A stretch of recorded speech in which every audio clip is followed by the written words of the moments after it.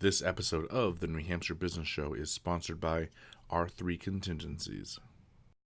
Do you know every state, federal, and local law where you live? How about in the town over? How about in the next state? I bet you don't. This is a problem most people face. They don't even realize it until you're in a pair of handcuffs.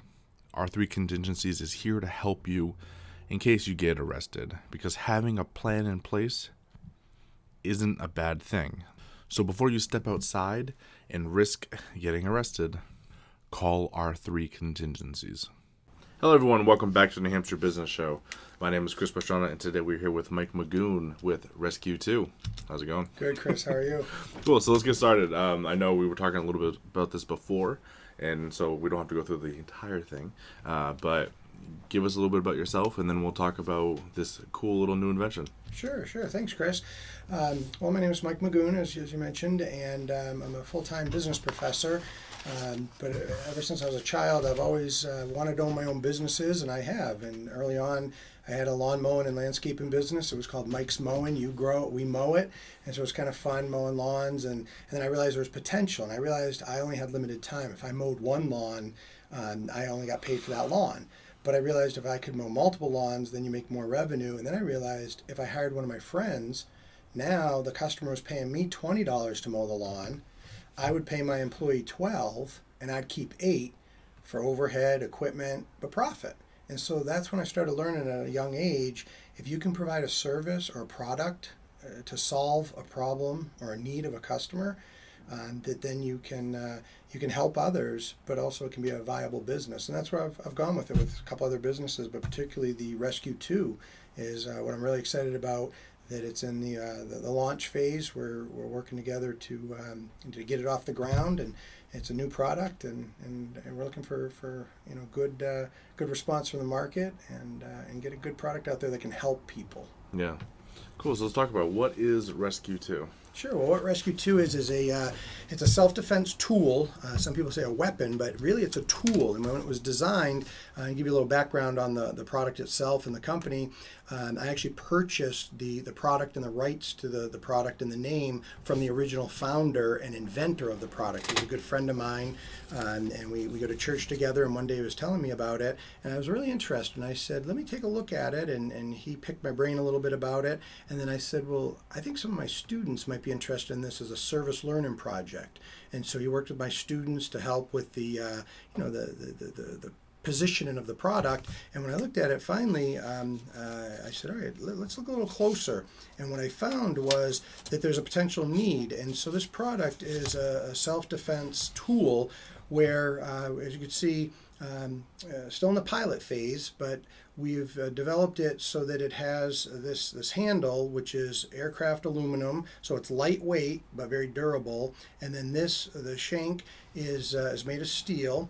And what you do is you carry it on you, and it can carry in the pouch. And if somebody comes at you, or when I'm walking out to my vehicle, I always have it gripped and in my pocket.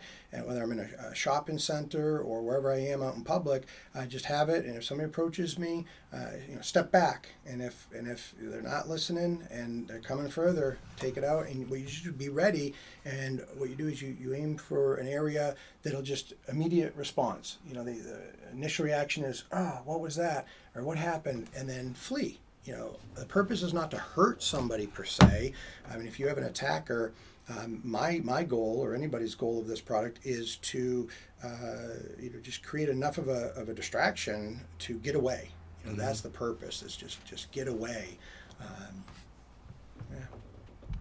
Cool. Yeah. Awesome. So let's talk about the design a little bit. Sure. Because it's interesting looking. Probably the first thing I thought of it when I looked at it. I'm like, oh, that's a really interesting looking piece of equipment. Yeah. So why design it this way? Sure, good question. And I'm not the inventor of Yeah. it, but my good friend and business partner is, and he has years of law enforcement background. And what he found was working with different individuals in the law enforcement field and the designer of the product. The design is such that it's easy to carry, it's lightweight, but also it's utilitarian, right? It gets the job done. And it's priced at a price point as well where everybody can afford the product. But in terms of the design, the reason for the hook is we find if somebody were to come behind you or try to grab you, and you have it in your pocket or in the carrying case on your belt loop, you go like this, grab it, and write down. Right? And so what will happen is with this hook, it does have a little protective cover over it, but it'll pierce through, and you can see this point is a sharp point. Yeah. And what will happen is pierce through and go into the forearm or into any part of it to just create a reaction. Just create quick pain to get away. So if somebody's like this and I go into their forearm, pierces, they feel pain, they drop, I run. Or the user of the product runs. So that's the purpose of the hook design on it. The front end, as you can see, blunt end. What that's designed to do is just quick jab and get away. So that's really when it was designed. Very simple design too, but a design such that it's easy to use. Okay, even though it has brief instruction, how to use. Very intuitive, right? Easy to carry. I carry one as well in my car on the side, just like this, down in the pouch. So if I'm ever somewhere and somebody's coming towards me, I've had it happen before, where in different locations or cities, you get somebody coming up, hey man, hey, you got this? What are you doing? What's going on? And I'm just like, please step away. Nope, step away. And if they're not, coming towards me more, I've got it right there, ready to go. So it's really a nice way to defend oneself. Yeah. And I know people say, well, I carry mace or I carry pepper spray. Great. I have pepper spray as well. One of my concerns with pepper spray is short-term use. You use it and you're done. So if you miss your mark, limited use. Yeah. The other concern, quite frankly, is with pepper spray, you spray it and the wind direction or whatever can blow back. So you can actually harm yourself if you have any residual in the air. So I think it's a nice alternative. It just seems to work pretty well. I'm glad to say that any of the ones we've sold so far, nobody's reported back and said, I've had to use it. It's really prevention. And that's what we tell people too is don't play with it. It's not a toy. Put it away. Put it where you need it. I carry one in my briefcase or one in my car or one on myself when I'm walking. I like to walk a lot in the cities or whatever, and just carry it on you, on your person, and it's a tool to be able to just deter anybody who they say, like I said, there's an assault every 2 minutes in the United States. If we can do something about it, I feel better. As an entrepreneur, we want to bring products to market that will help people. Okay. Yeah. They said it's really cool. And you had mentioned beforehand, which I think could be brought up again, all of this is manufactured and created here. Yes. Very proud of that. Like I said, the inventor and founder, his name is Bill, and Bill and I are friends from the neighborhood, but also we both attend the same church, and we've been able to talk quite a bit. And one of the things we felt very strongly about is that the product be 100% made and sourced in the United States, particularly very local, all in New Hampshire. The product itself is manufactured by our specifications from a Lakes Region foundry. So the Lakes Region, 3-generation owned. What we've done is signed a relationship with them where we own the rights to the mold. So the mold that this is poured into, so again, aircraft grade aluminum, poured into the mold, and so it's very unique. Now again, this is a pilot, but the final product, all sourced from New Hampshire. So this unit, also the packaging. All right, so this is made by a local craftsperson in Northwood, New Hampshire. And then the package design originally was designed by a New Hampshire-based design firm. Yeah. And we're going to do an update to it and use another New Hampshire graphic design, package design company. So we're really proud of that. That to me is important. As an entrepreneur, I can look at this and say 100% of the cost of this product goes to New Hampshire-based businesses. That was very important to me. And we had to pay a little bit more, but that was worth it. In the end, we still earn a fair profit for our investment, but all of the product costs we directly pay back to New Hampshire businesses. Yeah, which is a big decision to make, because Yep. this is, even on a national level, this is argued all the time if businesses should or shouldn't do this. And to some people it's very important, to some not so much, but it's an important decision to make when you're starting a company. It was very important. And we talked about it because I have to tell you, Chris, we could have saved costs. Even this little tip right here, we could have saved costs. And we said, no, we want to buy the sources of the product from New Hampshire or United States businesses, even the packaging. This package itself, we could have purchased this from other countries. And we said, no, we're going to pay a little bit more. We're going to have it 100%, right down to the stickers, the package stickers. There's, that's important. I know it sounds a little maybe over the top, but we spoke philosophically, he and I, about it at great lengths. And I'm going to continue as long as I'm the the president and CEO and chief marketing officer of this product. I feel very strongly that we continue to do that. Pay a little bit more, but we're earning a reasonable profit. And the price point for this unit, we've priced it at, covered all our costs, $19.95, so under $20. It's not bad. It's not bad at all, Chris. Right? I tell my students and others, you waste $20 on a bad dinner, right? You go out to dinner and you blow $20. Yeah. So for $20, it's just a peace of mind. And I had a parent of a student I knew in town who wanted one not just for her, but also for her, I believe it was a senior in high school.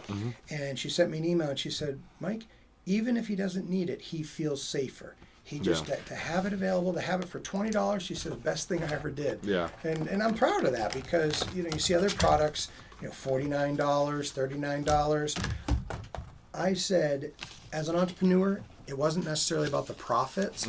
It was about bringing a product to life that could help others. And, and again, we're still in the phase of refining the manufacture of it. I think what we need to do is on the tip of it, we're going to use epoxy to put it on because there's no reason for that tip to come off. Yeah. Because if a perpetrator or assailant were to, like I said, grab you from behind, the purpose of the design is with that hook is to go into like that, and so it'll easily pierce that little rubber guard. Yeah. So we're still refining the product. Like I said, relatively new. We've spent quite a bit of time perfecting it. As an entrepreneur, what was important to me was the terms and conditions. The purchase and sale agreement. Yeah. Making sure we cross the T's and dot the I's. That we did it right. We're in the process right now of refining our website and our Facebook page because we want it to be 100% e-commerce enabled. We want to be able to sell online. People can buy the product. If we do maybe defense shows or craft fairs or places where people congregate that might need it, we can do direct sales. But I'd much rather do e-commerce online. Use the internet to our advantage. Yeah, definitely. So, I actually brought up a bunch of questions there just through that conversation. Sure. E-commerce. So, this is fun from an entrepreneur standpoint. Is trying to figure out how to do some of these things because each state has its own laws. Because I know in Massachusetts, having something like this would probably be very different than in New Hampshire. Correct. Right. So how do you bound with some of those legal issues? Because I was just reading something online last night, and this was from out of country. It was from, I want to say England, somewhere in Europe, right? Where they essentially said anything used in self-defense that can hurt another person can get you yourself tried for assault, right? Because they're very liberal about these things, and it's quite odd to me, but that's just me. Chris, me that's too. right. Yeah. But these are considerations you have to make as the business owner. You're absolutely right. How do you go about some of that stuff? Absolutely. That's why with a product like this, spend time doing it right. That's why we had been in the planning phases, met with the attorney. The attorney looked at the product. The attorney helped draft up the disclaimers saying that this is not a weapon, it's a tool. Furthermore, you mentioned with the e-commerce, the website, that's the other thing that we've been working on is to make sure that, and we use experts, we use a third party that will do what's called a certification that when somebody buys the product, it's in their cart, that when they go to check out, one of the buttons to click, the radio button, says, I certify that I am over 18 years of age. I would only use this product in self-defense if I feel that my life or others are in harm's way. And you certify that, and then we have that with the purchase as well. That's why we feel very strongly as well that we want to primarily go e-commerce or online, because then we can capture that that certification that the person purchasing it is not purchasing it for ill intent. Yeah. But no, you're right. That's one of the things, a consideration we're looking at. And as an entrepreneur, the environment you operate in, you've got legal, political, unforeseen circumstances. I tell my students, you can't let that stop you, right? Risk-return relationship. You have to take a calculated risk, and that's what we're trying to do, is make sure that we mitigate any obvious liability or exposure for us or the user of the tool. But we also don't want that to stand in our way. Yeah. As an entrepreneur, you could second guess yourself all the time. You could say, what if this, what if that, what if, and like the attorney said, the founder and inventor of the product, when the attorney said, it was a nice quote, he said, think about this in a court case. Think about this. The person who uses it in self-defense, going in front of the judge or jury, saying, this person was attacking me, and I use this to protect myself. Any reasonable person is not going to say, okay, this person was attacking you. You shouldn't have used this. It just wouldn't make sense to me that somebody would be using harm or trying to harm an individual, and they're protecting themselves. And that's why I also felt strongly that, myself personally, that it's not a necessarily lethal weapon. People have lethal weapons. It's defend and flee. Just defend yourself and flee. But that's a great point about, how do you cross those T's and dot those I's? Yes, and, bringing up the political thing as well, this comes up with guns all the time, where they're saying, if you want to have a specific tool or weapon on you, you need to be trained how to use it. So what do you think about something like this? Should someone have, like, extra training, some self-defense classes, some of that to kind of incorporate with this type of thing? Neat idea. I never really thought of that. Maybe a strategic alliance with a self-defense company, or this is a tool, but and it's just a purchase. It's a tool. It's a good. Let it be. But then maybe there's some type of partnership or co-branding or co-marketing where you can put something in there where, with the purchase of this product, you also receive, you don't have to figure out price points and all, because at this price point, but you had to figure it out. Maybe we form a relationship with a self-defense company. In fact, one of my graduates, he's an entrepreneur, and he opened up a self-defense company, physical self-defense, like mixed martial arts and what have you. Perhaps he would be willing to work with us and offer, a half-hour training, an initial free consultation, and maybe he'll pick up a new client. That's a great idea, Chris. I'm going to look into that. I never thought of that, but I will say this: we do have a promotional video, but we also have a training video, and so that'll be on the website as well as on the Facebook page and other social media, where people who are interested in it can watch the promotional video, how it's used, what the intention is, and then we'll also have a series of training videos as we refine it or come out with new iterations of the product. But great That's question. Pretty cool. Awesome. Cool. So I'll leave it there for now. I could go up like this all day. It's what I do. Right. But we'll jump on to the other things in a minute. But thank you so much for being on today. This is a lot of fun, and I'm excited to see how this this grows. Thank you, Chris. Because you were saying earlier everything's not up to date yet. Correct. As soon as it is, I will update everything into the description. But for now, just look at it and be amazed, and you'll get the neat idea. access to it later on. Neat idea. Cool. Thank you guys so much. Everyone have a good day.